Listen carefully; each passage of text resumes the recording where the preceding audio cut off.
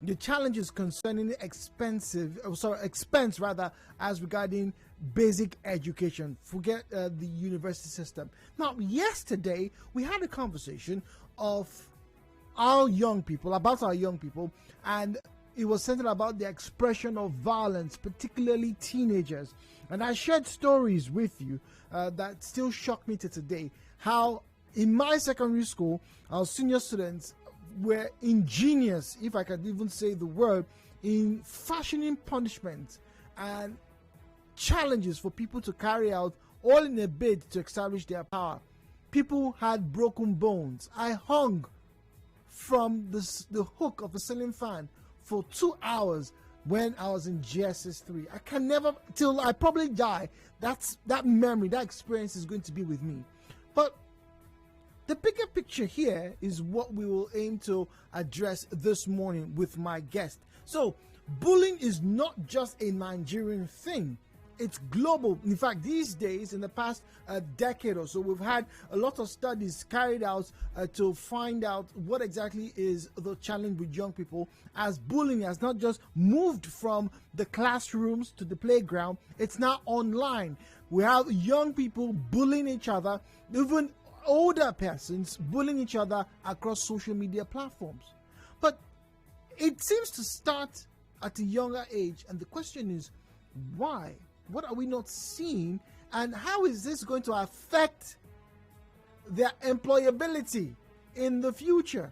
And that's why I have Alfred Oladapo here with me, Harvard graduate, consultant, business resource, human resource specialist here with us this morning.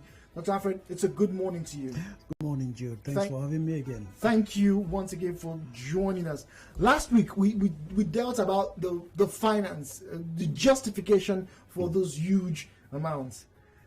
Today, even with the finances, we see bullying across the board. Private schools, public schools, private universities, public universities. It's a global trend, and I haven't traveled abroad to have experience of people who were in their teens, who were in high school, as we compare here to secondary school. But yesterday, sir, lots of people called in and said they had similar experiences to what I had, hanging from the ceiling fan hook because I refused to pay money to some senior secondary, to some senior. Some people were flogged. Some people have scars that will never, ever leave their bodies. Why are our children, our young person? I hear today it's still happening because in the news, sometime last year or 2 years ago, there was a story here in Port Harcourt of, in quotes, some schoolboys who apparently had joined some gangs and they were fighting in school. In the US, we have reports and there's been studies, you probably may have read them, of children in low-income area, south side of Chicago, for example, right. Where, in Harlem, for example, where you have public school students who are exposed to drug abuse, who are exposed to gun violence. Many of them at 16 have joined gangs and are now bullying their other students and eventually get incarcerated. Where does this all start from? It's a huge question, Jude. Once again, thanks for having me. Bullying is one of those universal subjects now. It's not taught in any classroom, but people pick it up. And many times it begins in the home and it begins in the neighborhood. Why do we have to say in the home? The way parents relate to each other. The man snaps at the wife snaps at the children. So you find this resonance impact of transferred aggressive emotion. When people pick that up, you see the line is usually that, okay, I'm more superior than you. I have authority over you. Bullying is basically an expression of superiority in whatever form.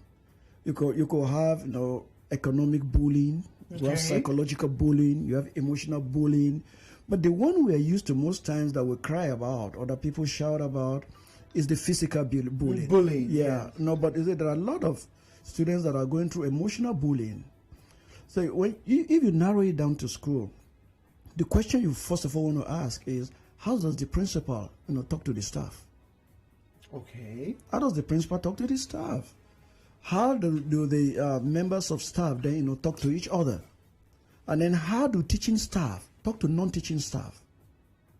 Because there's always this feeling of superiority, somewhere hanging in the air. And somebody just wants to pluck it and eat it immediately, or try to ram it through other people's throat. So when you have a system that automatically tolerates bullying, and it's quite sad, and your introduction is apt. It's not a Nigerian thing, it's a global thing. I know you're a fan of WWE. Some years ago, oh no, I follow you, Jude. I know you a little bit.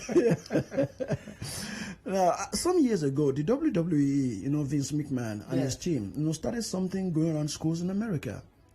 And they had this, the mantra is, don't be a bully, be a star.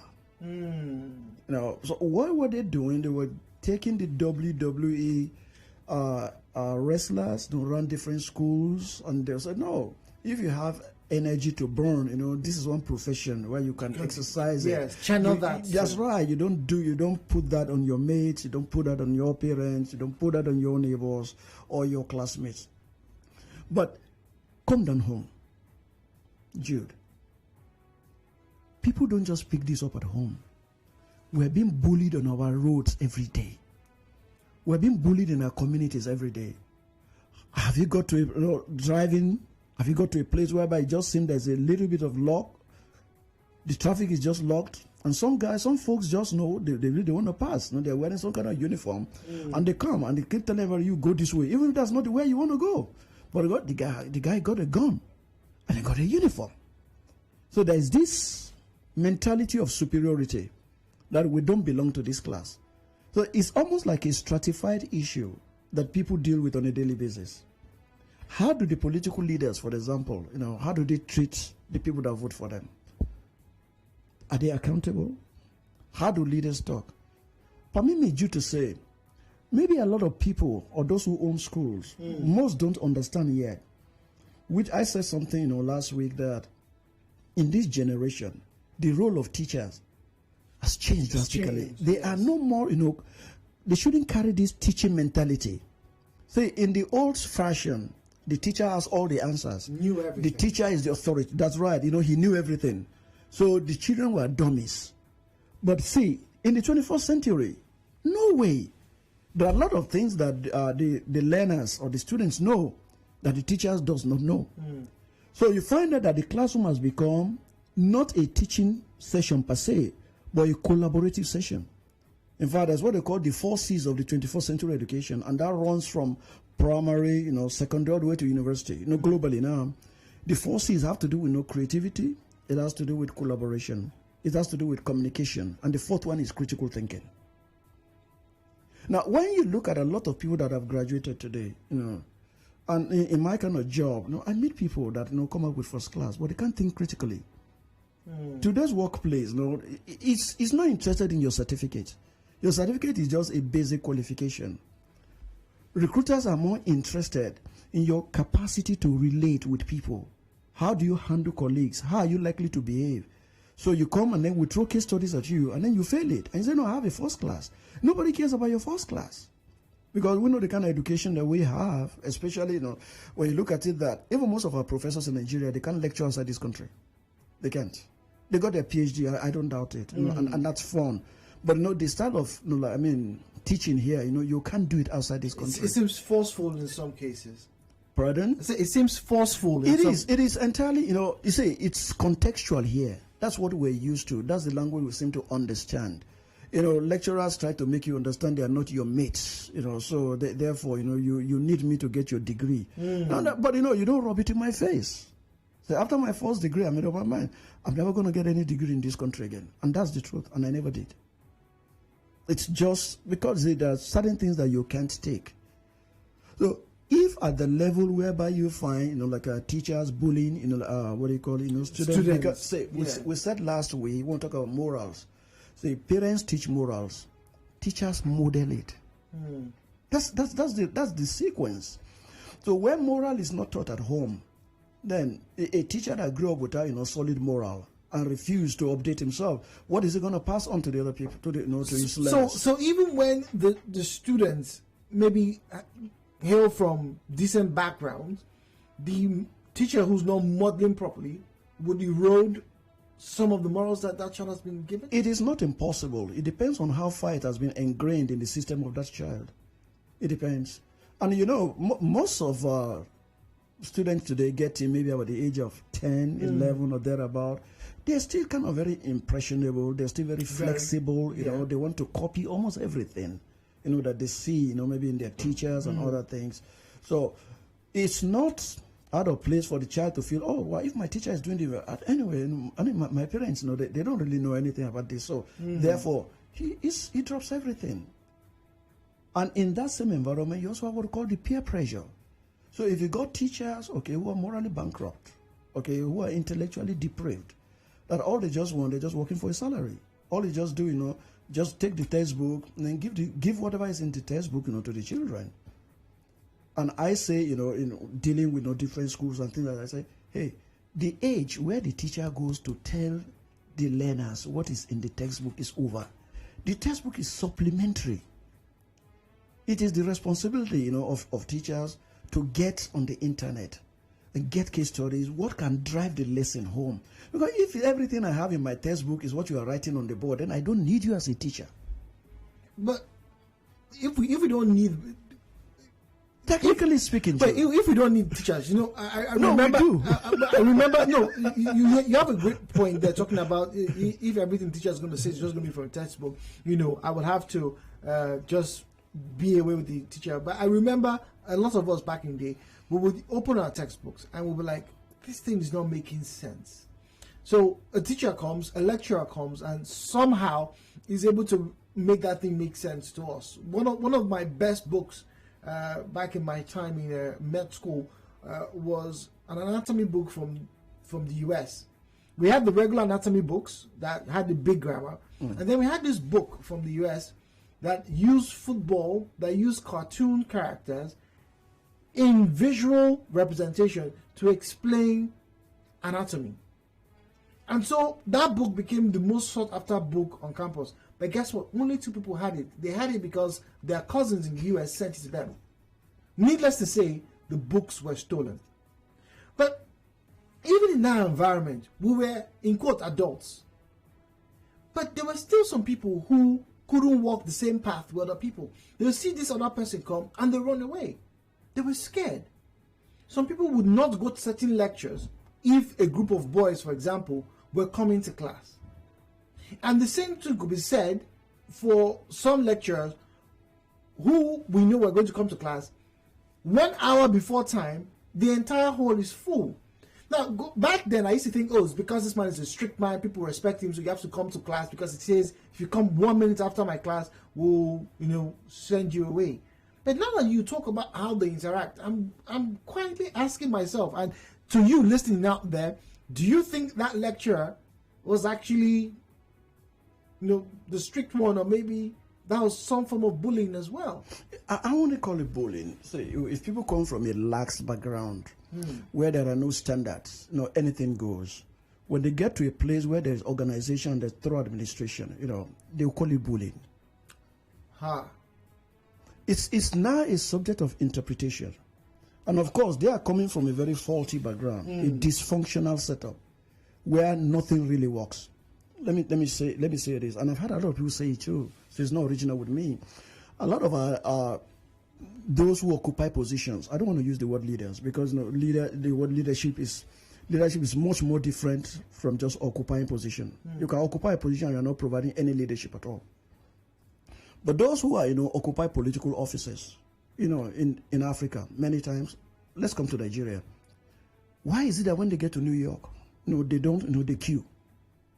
Oh, I have had to fly, several times. I do a lot of stuff in South Africa, from time to time. And sometimes, on the aircraft, I meet some of these senators. I meet members of the House of Rep. And they get to South Africa. We just come down and they are pushing the carts. They are picking their bags right on the, what you call the conveyor belt. The conveyor belt. And they're rolling down and they're, waiting for a taxi. There's a particular one on one of my trips. One of my friends is a medical doctor in South Africa. He's a Nigerian, and so he came to pick me up at the airport, and he saw one, a couple of years back, very prominent. And he just saw the way, she had to pick her bag, everything, and she was quite sober, and he had to walk to her. And he said, "I wish you would do this when you get back home." Oh. She stood for a while. But the system that operates here is almost like a jungle kind of thing. You do that, people think you're stupid, you're senseless. So offices are seen more as instrument of bullying, as instrument of exercising authority that is given by the people. You use it back to oppress them. So when you talk about schools too, and I say this to a lot of people that are working with different schools, I say this from time to time, why did you start your school in the first place? The lecturer you're talking about, has only probably discovered the secret of producing intelligent students in the 21st century. You don't produce intelligent students because you know how to teach.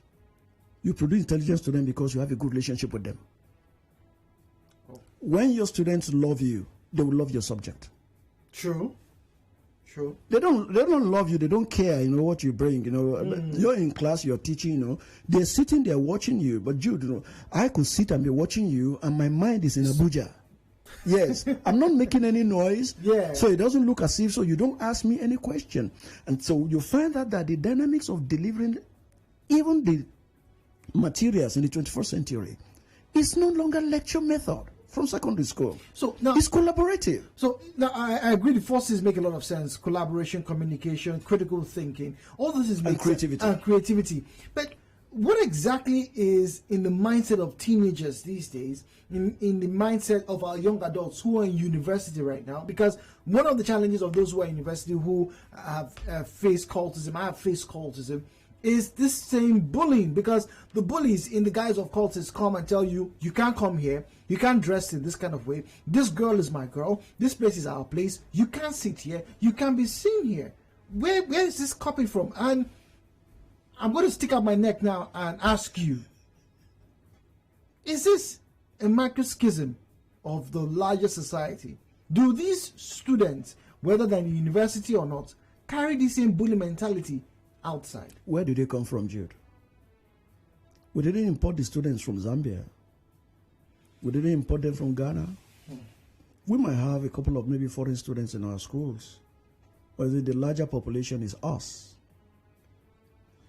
See, when you have a dysfunctional system, and sometimes, and this is not just about being crazy, it's just about analyzing it and saying it the way it is. When you have a country that exalts office as a symbol of authority to dominate and to rule people, not to lead them, but to rule them, you have literally legalized bullying. That's what it is. So it's not, I said at the beginning that it is a penchant to exercise authority over another person. That I am more superior than you in this area of life. And so from secondary school, you elect prefects. Okay. And they don't have an understanding that you are meant to coordinate the activities of your people. You are not necessarily superior to them. But it's when you find out that, a prefect, can slap a fellow student. You've legalized bullying, either you like it or not. And the school authority will defend the prefect. And say, no, it is because, why were you not at the right place at the right time? I didn't send my child to school to what do you call it, to be slapped. To be slapped. And I didn't send my child to school to be a prefect. He's only a prefect by privilege. It is not an ostentatious position to exercise unbridled kind of authority. And then begin to ram it down the throat of the other students. Again, we all have different personality compositions. We're configured differently. Sure. Now, there are people who, their parents are basically, autocratic. There is no discussion at home on anything. The man says, I'm going to buy a car, it's going to be a Volkswagen. The children cannot say, oh, but daddy, why don't you buy a Toyota? Oh, shut up, is it your money? They can't even do that. I got 2 girls and a boy.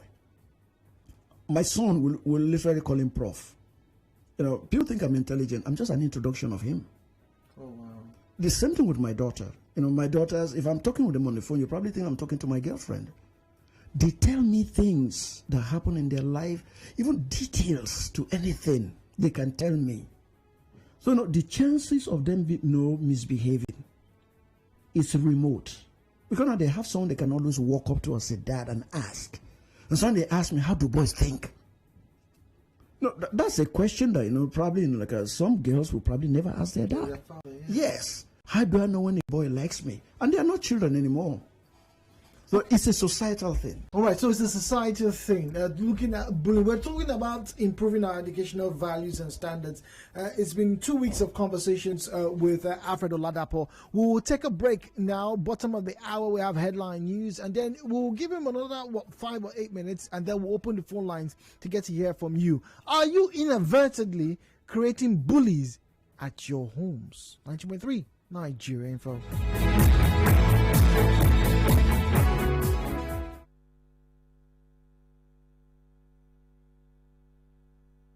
Connect with your customers. Advertise on 92.3 Nigeria Info. Visit our downtown office at Shop 9, Mediatrix of All Gracies Plaza, opposite FIRS, Stadium Road, Port Harcourt, and book your commercials. Call 0817 001 8162. That is 0817 001 8162. And let us connect you to your customers. Connect with your customers. Advertise on 92.3 Nigeria Info. Visit our downtown office at Shop 9, Mediatrix of All Gracies Plaza, opposite FIRS, Stadium Road, Port Harcourt, and book your commercials. Call 0817 001 8162. That is 0817 001 8162, and let us connect you to your customers. Connect with your customers. Advertise on 92.3 Nigeria Info. Visit our downtown office at Shop 9, Mediatrix of All Gracies Plaza, opposite FIRS, Stadium Road, Port Harcourt, and book your commercials. Call 0817 001 8162. That is 0817 001 8162. And let us connect you to your customers. Connect with your customers. Advertise on 92.3 Nigeria Info. Visit our downtown office at Shop 9, Mediatrix of All Gracies Plaza, opposite FIRS, Stadium Road, Port Harcourt, and book your commercials. Call 0817 001 8162. That is 0817 001 8162. And let us connect you to your customers. Hello, good morning. I am Ifeanyi Andrew. Minister of Information Lai Mohammed accuses Twitter and its CEO of being responsible for losses the country suffered during EndSARS protests. House of Representatives screens Chief of Army Staff. Governor Nyesom Wike calls out President Muhammadu Buhari over insecurity. APC chieftain in Rivers State says security responsibility of everyone and not just the president. Students of Rivers State College of Health Sciences protest hike in school fees, lack of water, power supply. Today is World Day of the African Child. In business, Nigeria's headline inflation drops for second consecutive month in May. Food prices continue to increase. In entertainment, Martel Cognac announces Nigerian singer Davido as its new international ambassador. In sports, Cristiano Ronaldo makes history, becomes first player with most goals in the Euros. On the foreign scene, US President Joe Biden and Russian counterpart Vladimir Putin to meet for the first time today as presidents. Contact our newsroom at 0818 900 0017. Good morning. Thank you for your time.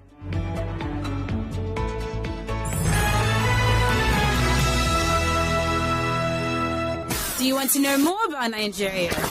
Tune in to Nigeria Info. 1.3.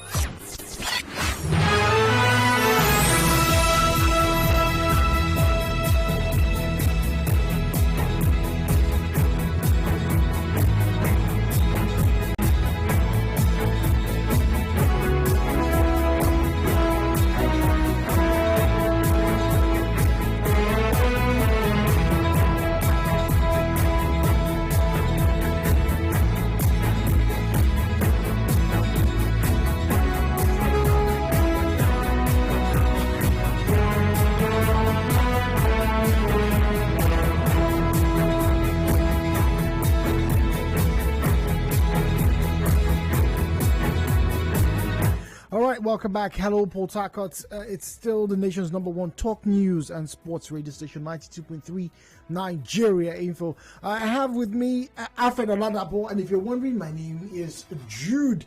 And we're talking about improving our educational system, the bullying challenge. And Alfred has rather embarrassingly, as it were, unraveled how bullying has almost been ingratiated, and he says even supported by our society. Biggest one for me, outside our senators, our office holders, obey the laws, seem to be a bit calmer, but here it's a totally different ball game. Now, just before the break, you were getting to a few other types of bullying that we experience. I'd like for you to mention one of them. We spoke about it off air, and also how we start to unlearn and maybe relearn some of these antics over the years. Well, one thing we've got to establish up front is that bullying, it's not an epidemic. It's a systemic issue. Okay. And it's like having maybe something in your blood. Okay, it will take it around the whole of your body. That's different from probably just something that affects maybe your finger. Now, until we begin to see bullying as a systemic issue, and then we begin to see, okay, how do we change the narrative? And it begins with what kind of values do we hold? I was sharing something, with you of air. Personally, I had to go out, from time to time. I just like to tell people about my faith. And I was talking to someone, somewhere, and he said, "I'll never go back to church." And I said, "Why?" He said, "Look at me." I said, "I'm suffering today because, I was cursed in my church." I'm sorry, what? He's suffering. Like, he is suffering.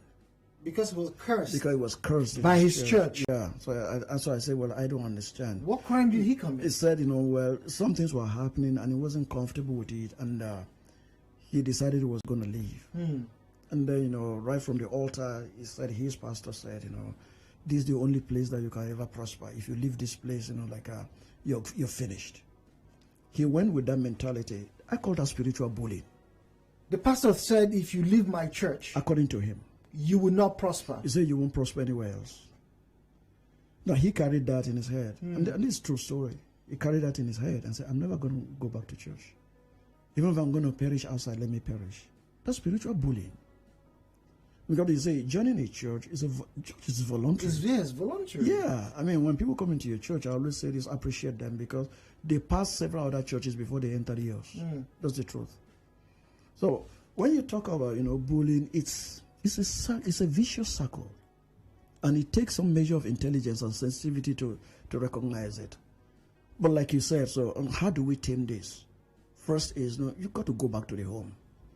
That's the truth. If you don't go back to the home, you're never going to discover, where this is coming from.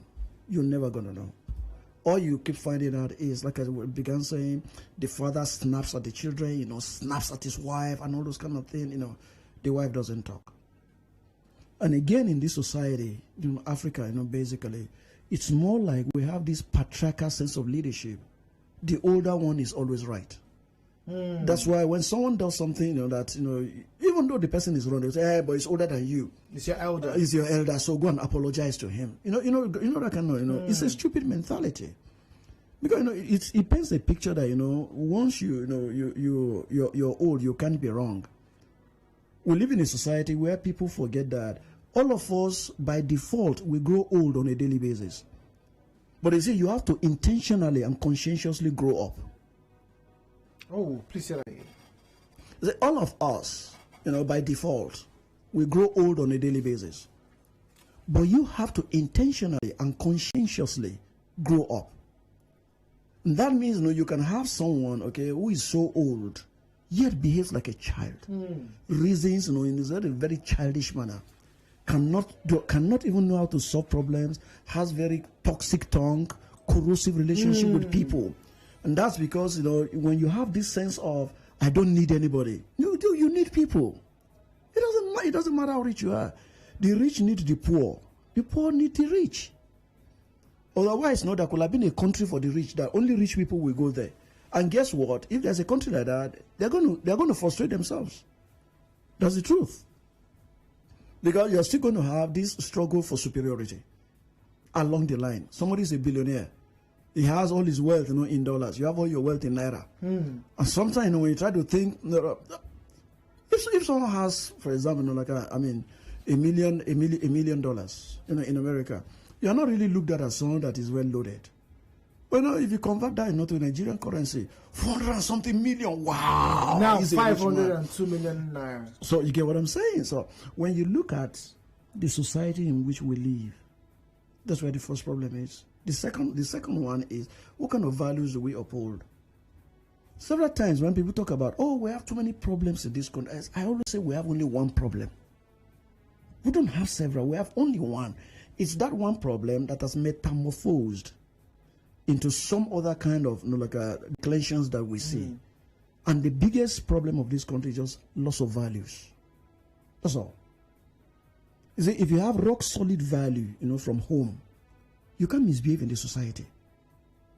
Jude, I can't take a car home that I cannot explain where I got the money to buy it. That's the kind of society where I was raised. I can't. My relations can come into my house and say, I can account for everything where the money came from. That's different from having free money. We live in a society whereby how much you have in your bank account is what dictates how intelligent you are. But reality is someone can have a lot of money and he's still a fool. Because he's a fool in the sense that when you trample human beings, made in the same image, like you walk on two legs. Yeah. Okay, they may not have the kind of experience, exposures, opportunities, worldview that you have, but that does not make them subservient to you. So if we're talking about how do we eliminate this, let's begin from the home and then come to the society. Everyone in political office, can they just live like human beings and not like emperor? It's across the nation. Can they live like human beings and not like emperors? Yes. Say, Jude, when you get to South Africa and the president of South Africa is passing, they don't close roads. And I said this with the authority. Even a few times I didn't know it. My friend had told me, that's Thabo Mbeki, going. And I said, seriously? I'm telling you, I say, wow, he probably won't be a president in Nigeria. But the challenge with political offices here is that we deify it. So even among those who are elected in offices, you have people who bully others into submission.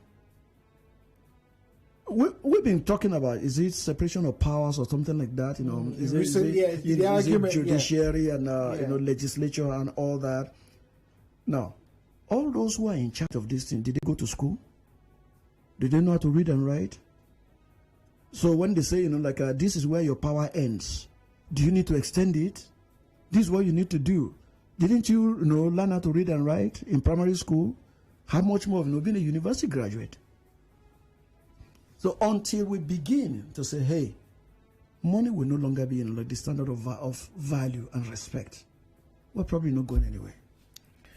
We're not going anywhere.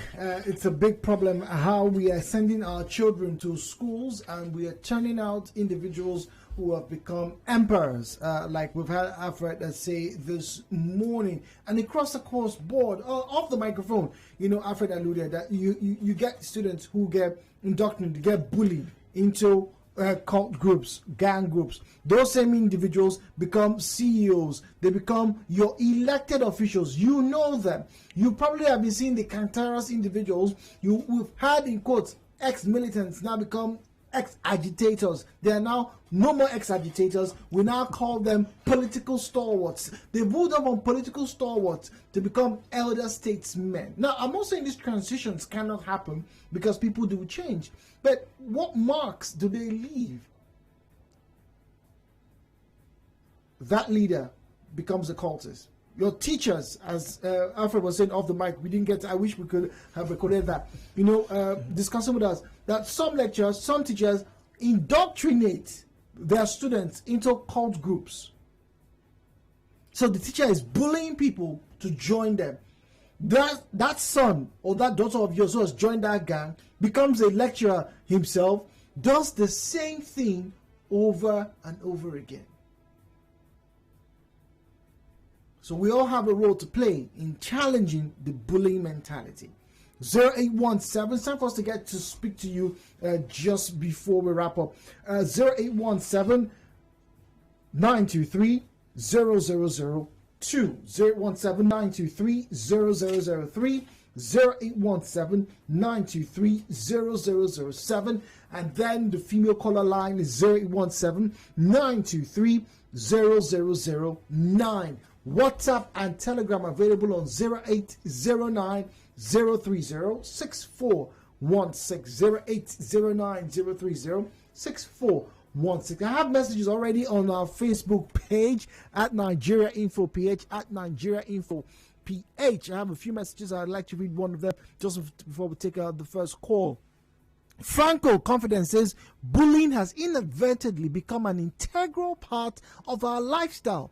I think the National Orientation Agency needs to be more of her light to correct the long decay that seems to be normal. Good morning. Victor is calling us from LMA. Good morning, Victor.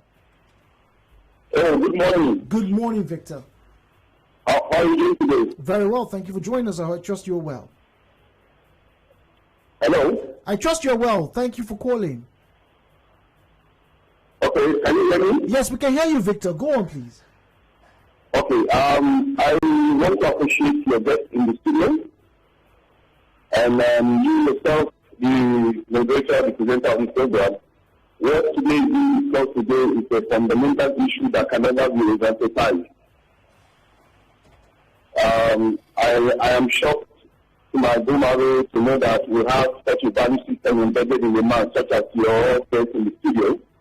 You know, because the Nigerian system right now has demonstrated that the government of the day is a bullying system. Sorry, the word is even I'm making my mouth. It's a bullying system, a bullying government.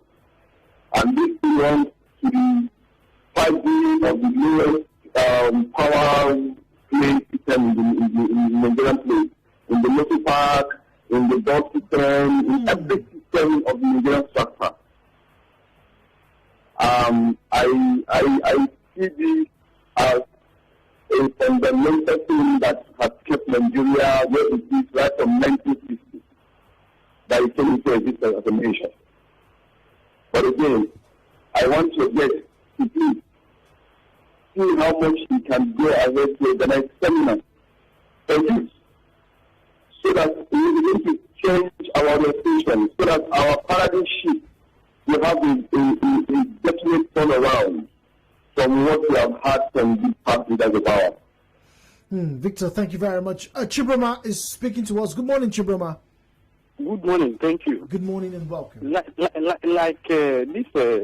bullying stuff, like my days of secondary school, a senior student will give you 15 naira, and they will ask you to buy mineral, buy bonds, buy all sorts of things with that 15 naira. And if you don't buy it, you are dead. Is it not the spirit of oppression? I would liken it to that of what happened in Egypt. When the children of Israel were oppressed by the Egyptians. At the point they were asking the Israelites to buy materials, construction materials by themselves, and they must provide it. I believe that since that time, this bullying has been happening to them. I believe that it's a spirit of Egypt. Wow. Ravaging the whole world now, and it's our generation. Thank you. All right, so it's a bit of a spiritual connotation. Chisholm, okay. All right, Dr. Alfred, let's come to you. First and foremost, the first caller said he's amazed that somebody has thought about this, but correcting it seems to be challenged. The Agbero wants to bully you.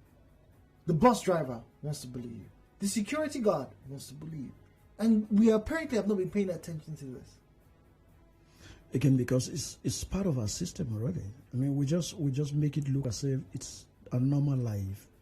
And one of the ways to exercise that you got some measure of clout and other things, is to learn to bully others, put them in their place, make them believe that they're small.